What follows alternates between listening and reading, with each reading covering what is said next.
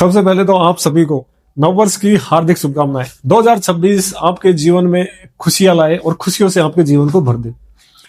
इस वर्ष का ये पहला वीडियो है जिसमें हम एंट्री मेंटेनेंस की बात करेंगे, परमानेंट मेंटेनेंस की बात करेंगे, जैसे कि अस्थायी भत्ते की बात करेंगे और स्थायी भत्ते की बात करेंगे। स्थायी भत्ता कब मिलता है, अस्थायी भत्ता कब मिलता है। हिंदू मैरिज एक्ट 1955 का सेक्शन 24 एंट्री मेंटेनेंस की बात करता है, अस्थायी भत्ते की बात करता है। जैसे कि पति पत्नी के बीच केस चल रहा है, डाइवोर्स का केस चल रहा है, अलगाव का केस चल रहा है, या कोई भी ऐसा केस चल रहा है जिसमें उनका विवाह विच्छेद हो जाए, तो ऐसे टाइम पीरियड में यदि किसी एक पार्टी के पास, पति के पास या पत्नी के पास पैसे नहीं है, तो कोर्ट उसको अस्थायी भत्ता देता है। मैं उसको केस का खर्चा देता है और वकील का खर्चा देता है। ये अस्थायी मेंटेनेंस होता है, ठीक है। इसमें और भी बहुत सारी चीजें देखता है जिसके बारे में हम इस वीडियो में पूरी चीजें को डिस्कस करेंगे। कब मिलता है, कैसे मिलता है, किन परिस्थितियों में मिलता है, कब नहीं मिलता, ये सारी चीजें इस वीडियो में हम जानने वाले हैं। और सेक्शन 25 स्थायी भत्ते की बात करता है, परमानेंट मेंटेनेंस की बात करता है। ये डाइवोर्स होने के बाद, केस खत्म होने के बाद मिलता है, मंथली मिलता है, एक साथ मिलता है। इन सारी चीजों के बारे में इस वीडियो में हम चर्चा करने वाले हैं। यदि आपका कोई भी सवाल हो इस वीडियो से रिलेटेड हो और उसका मैं इसमें जवाब नहीं दे पाया, तो आप कमेंट करके मेरे से पूछ सकते हो, उसका रिप्लाई मैं आपको जरूर दूंगा। वीडियो में अंत तक जरूर बने रहना, वीडियो को कंप्लीट देखना, इसमें हो सकता है कि आपके सारे सवालों का जवाब आ जाए, ठीक है। 24 जो है ये एंट्री मेंटेनेंस की बात करता है। ऐसे टाइम पीरियड में केस चल रहा है दोनों पार्टियों के बीच में, ठीक है। डाइवोर्स का केस हो गया या अलगाव का केस हो गया, किसी एक पार्टी के पास पैसा नहीं है, जैसे कि हस्बैंड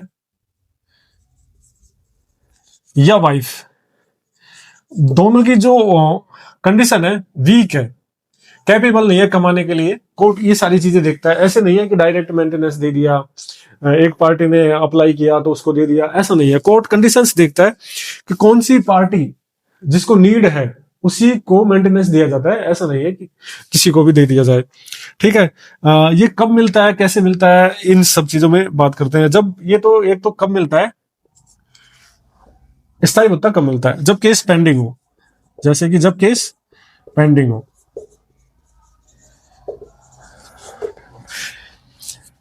हस्बैंड और वाइफ दोनों में कोई भी कमाने में असमर्थ हो। दूसरा, दोनों में से कोई भी कमाने में असमर्थ हो। मैंने बताया ना ऊपर कि हस्बैंड या वाइफ दोनों में से कोई भी वीक हो, इकोनॉमिकली, तो उसको ये मिल जाता है। और या फिर दोनों की इनकम में डिफरेंस देखते हैं, कितना डिफरेंस है, कौन ज्यादा कमा रहा है, किसके पास ज्यादा आई है, ये सारी चीजें इसमें देखते हैं, ठीक है। तो ये आपके उस सवाल का जवाब मिल गया कि अस्थायी भत्ता कब मिलता है, अस्थायी भत्ता कब मिलता है।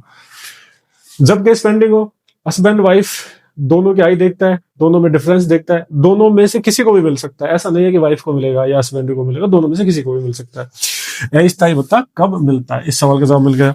अब नेक्स्ट इसमें है कि अस्थायी भत्ते में क्या क्या मिल सकता है, कि अस्थायी भत्ते में ये जो मेंटेनेंस दिया जाएगा हमको, ये किस किस चीज के लिए दिया जा सकता है। एक तो इसमें जो है हर महीने का खर्च दिया जाएगा, हर महीने का खर्चा। दूसरा, कोर्ट की फीस, एडवोकेट की फीस इत्यादि इस मेंटेनेंस में दिया जाएगा। जो अस्थायी भत्ता है ये मंथली दिया जाएगा, हर महीने का खर्चा दिया जाएगा, कोर्ट की फीस दी जाएगी, मेंटेनेंस दिया जाएगा, सॉरी कोर्ट की फीस दी जाएगी, वकील की फीस दी जाएगी इत्यादि, ठीक है। और अस्थायी भत्ता कैसे मिलता है, कैसे मिल सकता है।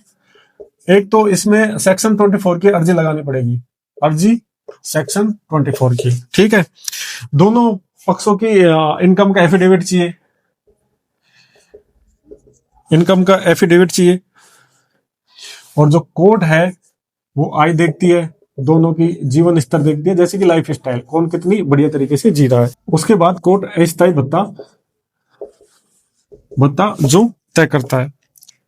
सेक्शन 24 में अभी हमने जाना कि सेक्शन 24 में जो अस्थायी भत्ता है वो कब मिलता है, कैसे मिलता है, किसको मिलता है और कितने टाइम बाद मिलता है, ये सारी चीजों को हमने सेक्शन 24 में जाना। सबसे पहले तो हस्बैंड वाइफ को मिलता है। कब मिल सकता है, जब केस पेंडिंग हो, दोनों में से कोई भी पक्षकार कमाने के लिए असमर्थ हो, हर महीने मिलता है। क्या क्या दिया जाता है इसमें, कोर्ट की फीस दी जाती है, वकील की फीस दी जाती है, ठीक है। दूसरा, कैसे मिलता है, इसमें सेक्शन 24 की अर्जी लगानी पड़ती है, दोनों की आय का एफिडेविट लगाना पड़ता है। इसमें आय छुपानी नहीं होती, आय बतानी होती है कितनी इसमें आय छिपानी नहीं होती, आय को बताना होता है कि हमारी जो आय है वो इतनी इतनी है।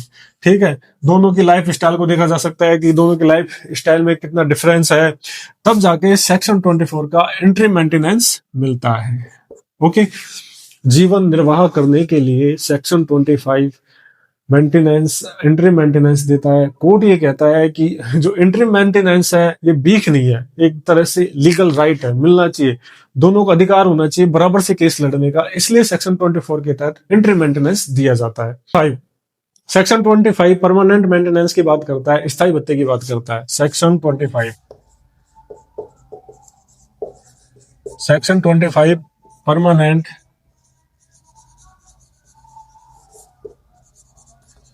मेंटेनेंस की बात करता है। ठीक है, स्थायी भत्ता क्या होता है? स्थायी भत्ता तलाक की डिग्री के बाद या तलाक का आदेश पास हो जाता है तो कोर्ट भविष्य की सुरक्षा के लिए एक मुश्त राशि देता है या मंथली राशि देता है कि उसकी भविष्य सुरक्षित हो जाए, इसलिए परमानेंट मेंटेनेंस दिया जाता है। ठीक है, अगला सवाल अब इसमें हम लेने वाले हैं कि स्थायी भत्ता कब मिलता है? स्थायी भत्ता कब मिलता है? जब तलाक की डिग्री पास हो जाए, तलाक की डिग्री पास हो जाए। ठीक है, स्थायी भत्ता कब मिलता है? जब तलाक की डिग्री पास हो जाए। दूसरा, जब जुडिशियल सेपरेशन हो जाए, जुडिशियल सेपरेशन, न्यायिक रूप से अलगाव, न्यायिक रूप से अलग हो जाए। ठीक है, तीसरा, केस के अंतिम निर्णय के पास हो जाने पर, केस के अंतिम निर्णय पास हो जाने पर। ठीक है, स्थायी भत्ता कब मिलता है? तलाक की डिग्री पास हो जाने पे, केस का अंतिम निर्णय पास हो जाने पे और जुडिशियल सेपरेशन हो जाने पे, न्यायिक रूप से अलग हो जाने के बाद जो है स्थायी भत्ता मिलता है। तीसरा सवाल, स्थायी भत्ता कैसे दिया जाता है? स्थायी भत्ता मंथली दिया जा सकता है, हर महीने को दिया जा सकता है, एक मुश्त राशि में दिया जाता है। सबसे इंपॉर्टेंट सवाल है कि स्थायी भत्ता देते टाइम, स्थायी भत्ता देते टाइम कोर्ट क्या देखता है? स्थायी भत्ता देते टाइम कोर्ट ये देखता है कि जो शादी है वो कितने दिन चली है, दोनों की, पति पत्नी की आय देखता है। ठीक है, और दोनों का कंडक्ट देखता है कि दोनों का कंडक्ट कैसा है, और उम्र और स्वास्थ्य भी देखता है दोनों को। ठीक है, ये सारी चीजें कोर्ट स्थायी भत्ता देते टाइम चेक करता है कि इनकी आय क्या है।